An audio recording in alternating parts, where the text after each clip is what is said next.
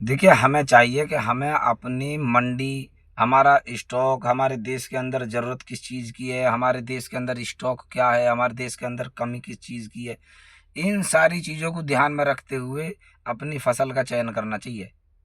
फसल ऐसी बो जिसकी ज़रूरत लोगों को हो, गवर्नमेंट को भी हो, पब्लिक भी खरीदे, स्टॉक उसका कम हो, वो चीज़ महंगी बिकेगी।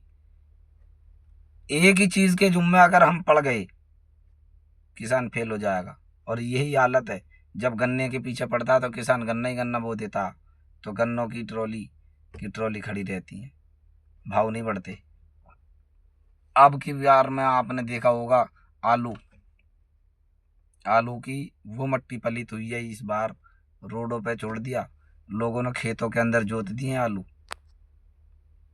आप मूंजी इस वक्त बो रहे हो, आपने सोचा जो वक्त मूंजी के बोने का होगा उस वक्त का किसान क्या करेगा? जब आप स्टॉक को अभी पूरा कर दोगे, जो लोकल मंडी है हमारे, जो मिल वगैरह हैं, ये चावल वाले और ये खरीदते हैं गवर्नमेंट से अलग हट के, उनका स्टॉक तो तुम अभी इसी सीजन में पूरा कर दोगे। तो जो किसान मूंजी के वक्त में मूंजी बोएगा, उसकी मूंजी का क्या होगा? कौन खरीदेगा उसको? इस वक्त किसान की मूंजी जो बो रही है, इसको बनिया खरीदेगा, अपने मर्जी से खरीदेगा, अपने रेट से खरीदेगा। वहाँ पैकार नहीं है, वहाँ भी तुम्हें दिक्कत आनी है। और जिस वक्त पैकार होंगे उस वक्त मूंजी की उन्हें ज़रूरत कम होगी, वो अपनी मर्जी से खरीदेंगे, रेट कम हो जाएगा। इसलिए मेरा सभी किसानों से मशवरा है कि अपनी फसल का चयन उस हिसाब से करें, अपने देश के अंदर, दुनिया के अंदर इस चीज़ पर गौर करें कि हमारे दुनिया के अंदर डिमांड किस चीज़ की ज़्यादा है, स्टॉक किस चीज़ का ज़्यादा है, कौन सी चीज़ हमें ज़्यादा बोनी चाहिए, कौन सी चीज़ हमें कम बोनी चाहिए। हर चीज़ को अदल बदल करके बो। ऐसा नहीं है कि आप छत पे लेंटर पे भी मूंजी बो रहे हो। लेंटर पे अगर मूंजी बो दोगे तो इस चावल को कोई पूछने वाला ना, तुम्हारी मूंजी तुम्हारे खेतों में ही सड़ेगी। इस चीज़ पे भी दिमाग लगाओ। जो चीज़ फसल चल रही है, मक्का मात्र 3 पानियों में मक्का पक जाती है, 1-2 पानी में बाजरा पक जाता।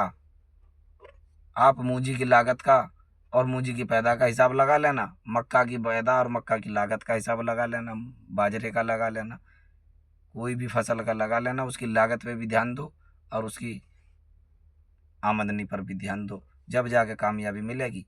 इस तरीके से ना, अब हम जिस चीज़ के जुम्मे पड़ रहे हैं, अब हमें लग रहा कि मूंजी जो है, अब पानी गवर्नमेंट ने इस टाइम में ट्यूबवेलों का पानी फ्री करा हुआ, तो इस वक्त में मूंजी लगानी शुरू कर दी।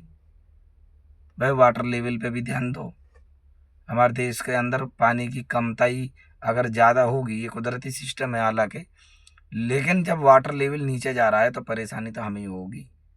इस चीज़ पर भी गौर करो, बेमौसम के तरीके से मत ना चलो, अपने सिस्टम को देख कर चलो। ज़रूरत ज़्यादा हो, अगर उस चीज़ की ज़रूरत है तो बेमौसम के भी चलने में फ़ायदा, उसमें कोई नुकसान नहीं है। अगर डिमांड है, अगर डिमांड नहीं है, बगैर डिमांड के हम चल रहे हैं, ये हमें ही नुकसान होगा आने वाले वक्त में। इसलिए मेरी सभी किसानों से गुजारिश है कि आप इस वक्त में धान ना बो के मक्का, बाजरा, कपास, उस चीज़ को बो जिस चीज़ की ज़रूरत हो। ये नहीं कि अपनी मर्जी से जो कि भी अब पानी फ्री मिल रहा है या पानी की व्यवस्था, चलो मान लिया 1-2 किसान, 10 किसानों के पास में है सही, तो वो धान बो रहे हैं, पता चला उस टाइम पे ना नियार काम आ रहा, ना नाज काम आ रहा, ना बनिया उसको खरीद रहा, ना नियार, काटने वाला कोई नहीं मिलता, परेशानी ही परेशानी होती है। इस वक्त मक्का बो और उसके बाद में फिर दूसरी बार मक्का पकने वाली बो दो, इस वक्त भुट्टे वाली बो दो, इसी तरीके से बाजरा है। तो मेरा सभी किसानों से अनुरोध है, गुजारिश है, आप ऐसा काम करो जो काम सही हो, इस तरीके का काम मत करो।